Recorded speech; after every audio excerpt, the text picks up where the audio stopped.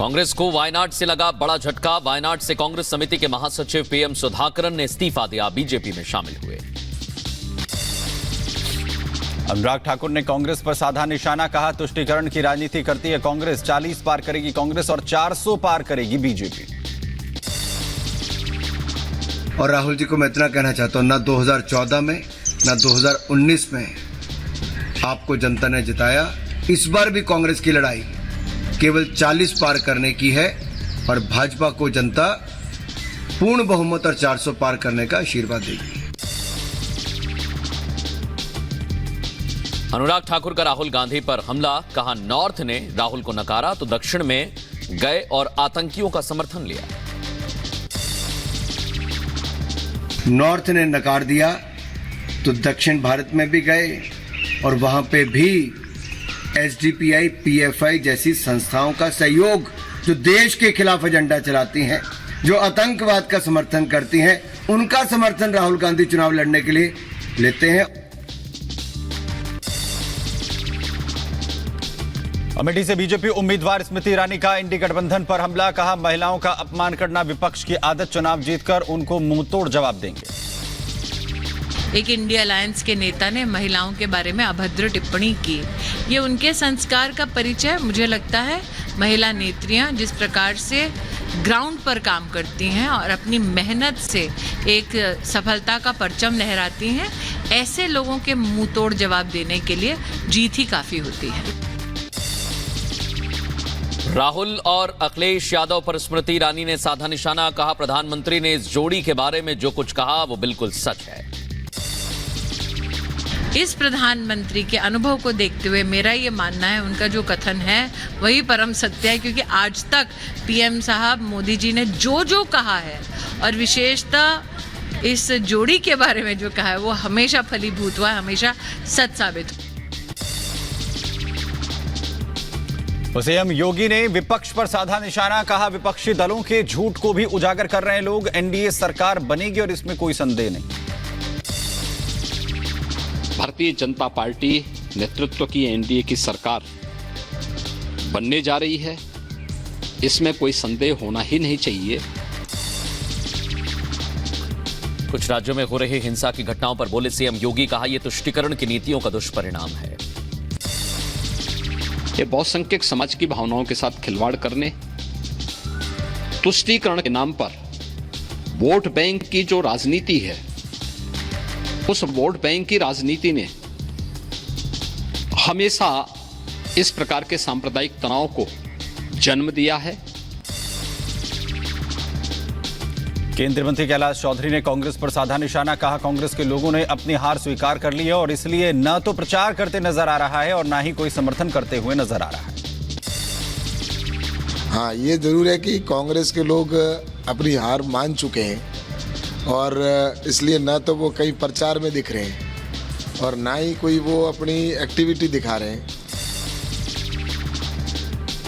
राजस्थान के बीजेपी अध्यक्ष सीपी जोशी ने किया जीत का दावा, कहा वरिष्ठ नेताओं के मार्गदर्शन के कारण डबल इंजन की सरकार बनी, एक बार जनता पीएम के साथ देगी।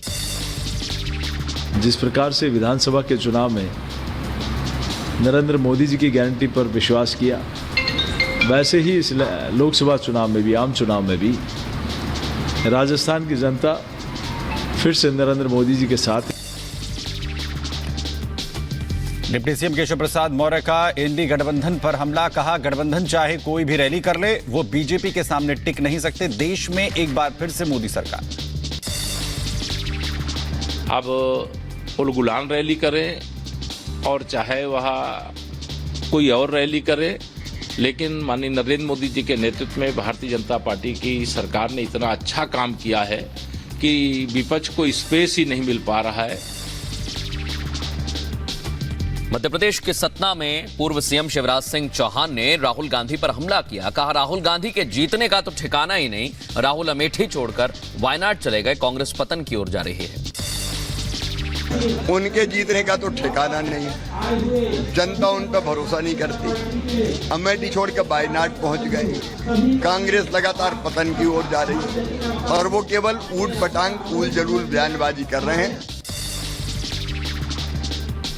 प्रशांत किशोर ने तेजस्वी के विकास के बयान पर ली चुटकी। कहा, विकास में हर्ष और दीप की मात्रा लिखनी न आती हो, लेकिन विकास पर लंबा चौड़ा भाषण जरूर दे रहे हैं।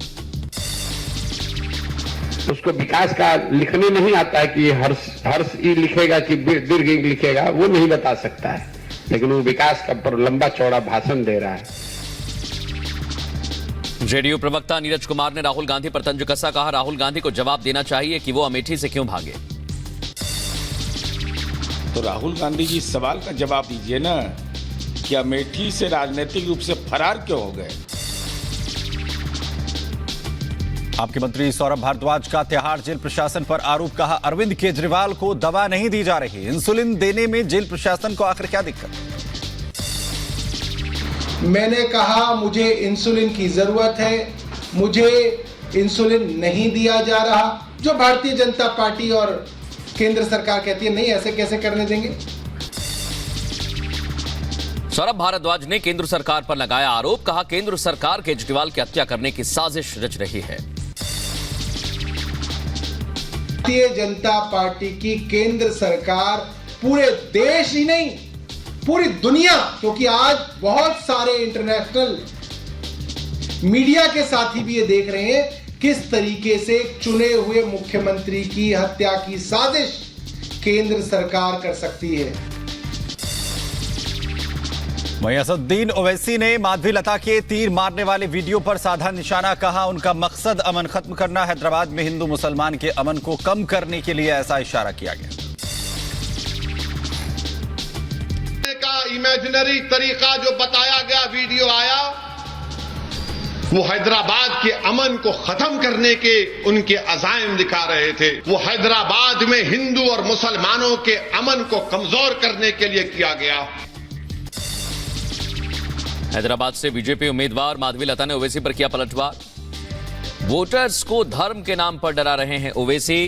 प्रचार में बीफ को सपोर्ट करके एक वर्ग को दे रहे हैं संदेश। जब फतवा निकला है कि आप बीफ नहीं खाना चाहिए, तो इन फतवे के अगेंस्ट कैसे जाल रहे हैं उन लोग। तो इसका मतलब है इनको अपने खुद का मजहब का भी लिहाज नहीं है। उत्तर प्रदेश के मुरादाबाद से बीजेपी उम्मीदवार सर्वेश सिंह का निधन। उम्मीदवार का पार्थिव देह उनके आवास पर लाया गया। भारत मंडपम में महावीर जयंती कार्यक्रम का आयोजन। प्रधानमंत्री नरेंद्र मोदी कार्यक्रम में शामिल हुए। स्मारक, डाक टिकट और सिक्का जारी किया। महावीर जयंती कार्यक्रम में बोले प्रधानमंत्री। कहा, भारत में नीति और नीयत की बात, भारत सर्वस्व की भावना रखता है।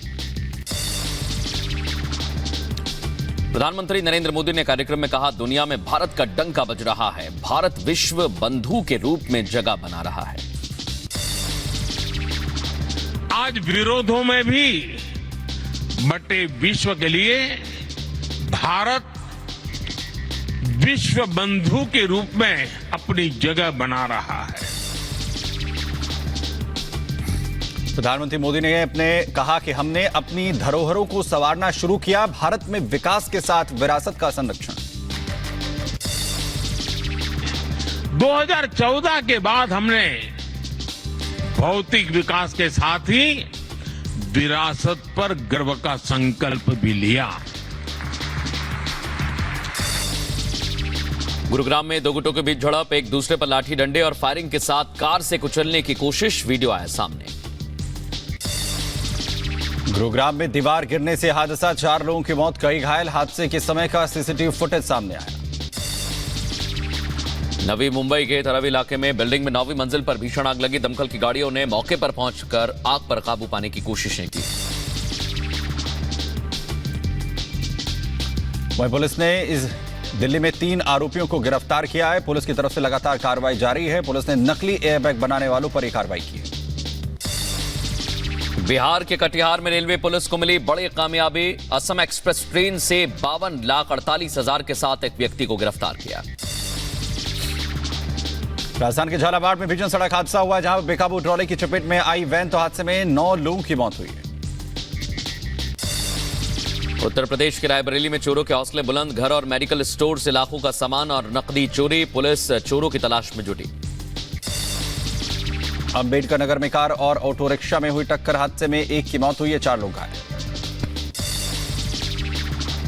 अंबेडकर नगर में गेहूं के खेत में मिला अज्ञात युवक का शव मिलने के बाद मचा हड़कंप, पुलिस मामले की जांच कर रही है।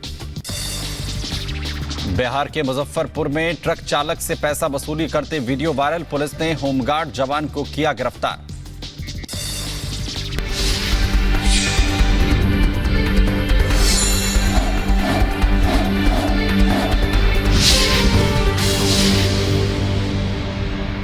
मिल जाए तो बहुत अच्छी बात है।